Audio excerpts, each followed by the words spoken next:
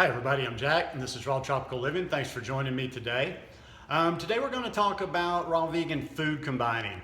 But the reason if you were wondering a little bit about that last part of the title, I'm going to talk about it in a little different way than what you see everybody else doing, because you can find a ton of videos out there that are just basically regurgitation of, okay, you don't combine a sweet fruit with an acid fruit or a sub-sweet fruit with a blah, blah, blah, blah, blah. That's too much like being in school for me. I could go sit down and memorize that stuff, but it's out there everywhere. You know, there's a lot of those regurgitation videos. Go to the source. Go to the source. I always say go to the source. You don't need to see old hippie-looking Jack tell you about certain sciencey things when you got science folks out there like Dr. Greger. But anyhow, enough on that thing. I'm back to eating, normally this week. Well, normal being a relative term. After having about a week, my first week back here in Costa Rica, I went very, very simple. Super high fruit. I'm always high fruit, but very simple as far as just I was doing a lot of mono meals. I mean, almost for a full week, my probably until dinner was just solid mono meals. I would eat one fruit, I would eat another fruit, instead of doing what I normally do and, mixing them up, have a smoothie, have a fruit bowl with 4 or 5 fruits, which isn't a bad thing. Just hold on for a second, I'm coming to the point here in a minute. I started getting a little information on my body this week when I started back eating in a normal manner, putting the green smoothies back in and just, like mixing things more. A lot of it's just more so for convenience sake. I've had some things to do. So even like little subtle things I have gotten some information out of, and I wanted to share that with you.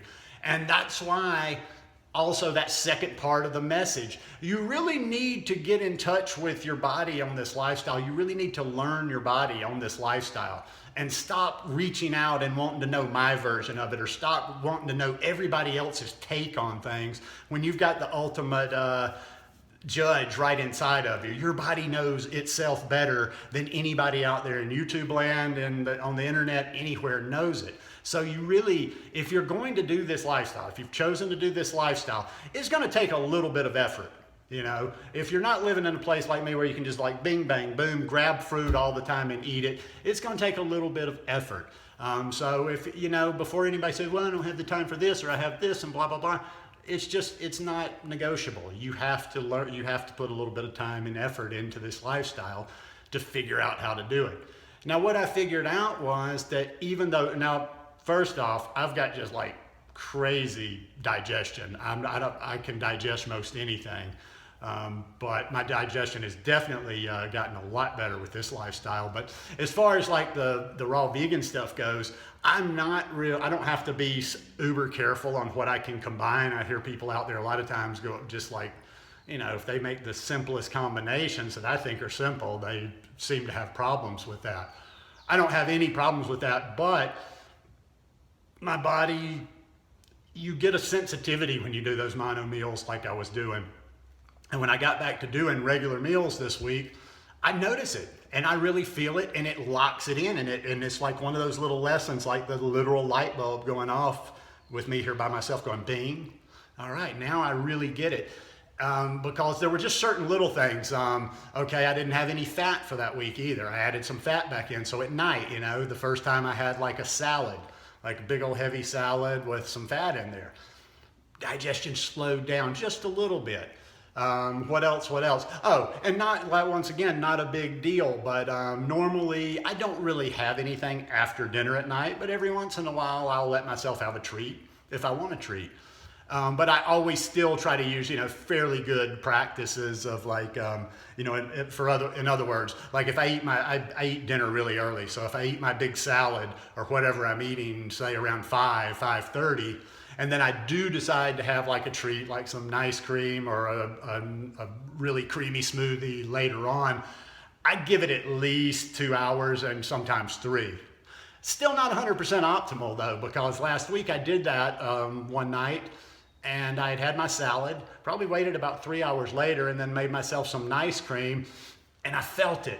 Like I say, it didn't bother me, it didn't make me sick, it didn't keep me awake, but I just felt that little slight, subtle slowdown. I felt that slight just I don't really get bloated, but I guess the sort of starting to get that feeling, just like looking down and not feeling bad, but just going, okay, wait, things aren't like they were, like that.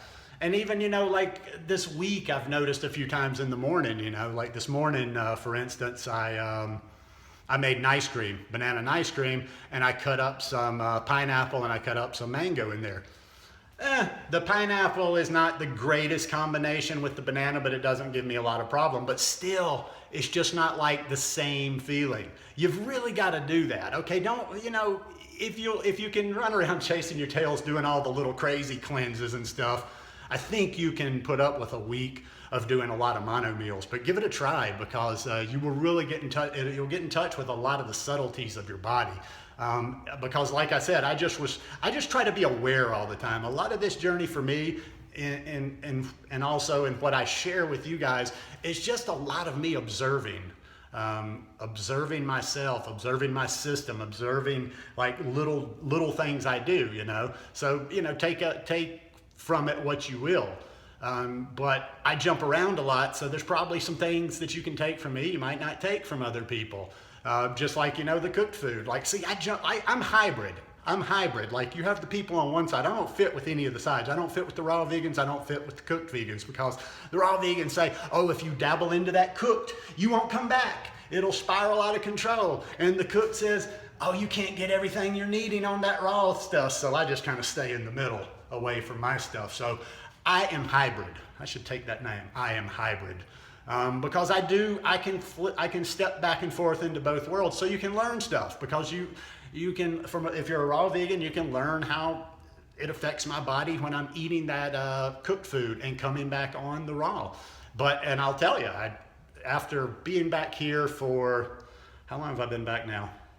About 11 days. I feel phenomenal. I do almost have that propensity to become the hardcore raw vegan preacher, because I feel so good. So I always say that, like, I'm never going to throw raw vegan under the bus. I'm just like to be realistic and practical, and offer a lot of stuff and give people choices. But whether you're trying to be fully raw vegan, whether you're trying to just be, high raw vegan, whether you eat cooked food regularly, raw to 4, get to know your body. Get to know your body and learn yourself. Don't just memorize these rules, what people tell you. You're not supposed to combine this with this and this and this. Now, they are good guidelines to follow. And I would say, I'm not like throwing that under the bus either. It's like, I'm not saying I just, I throw it all out the window and I do willy-nilly combining. But I just kind of come on those naturally. Like everything I do, I kind of just feel it, because, you feel those fruits. Even the subtleties now, like I'm always thinking in the morning, okay, I've got pineapple and I have mango.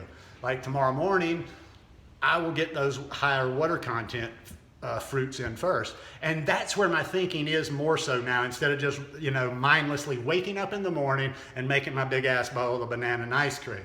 A lot of times now where my thinking goes is I try to get up and maybe like, okay, I've got some pineapple, I've got some papaya. Let's get up, let's eat some pineapple and papaya. First thing, lighter, easier for that first meal of the day. You've got your hydration there, easier to digest. Give that an hour and a half or so. And then I can start getting into some calories, and then have my banana and ice cream. But in the end, the simpler the better. And the takeaway from this mono meal thing that I was doing last week that I just kind of slipped into is I'm going to keep including those. I mean, there's a lot to be gained from that really simple eating. And, it's just one of those, like I say, little aha moments that is, you have one aha moment, you have another, and you just keep progressing further down the road, and you learn little tricks here and there. But anyhow, just my take on the subject. Hope you guys enjoyed this one. If you like it, please give me a thumbs up. Please hit that subscribe button, click on the little bell, and check send notifications. And I hope you're all having a fine day today. Peace.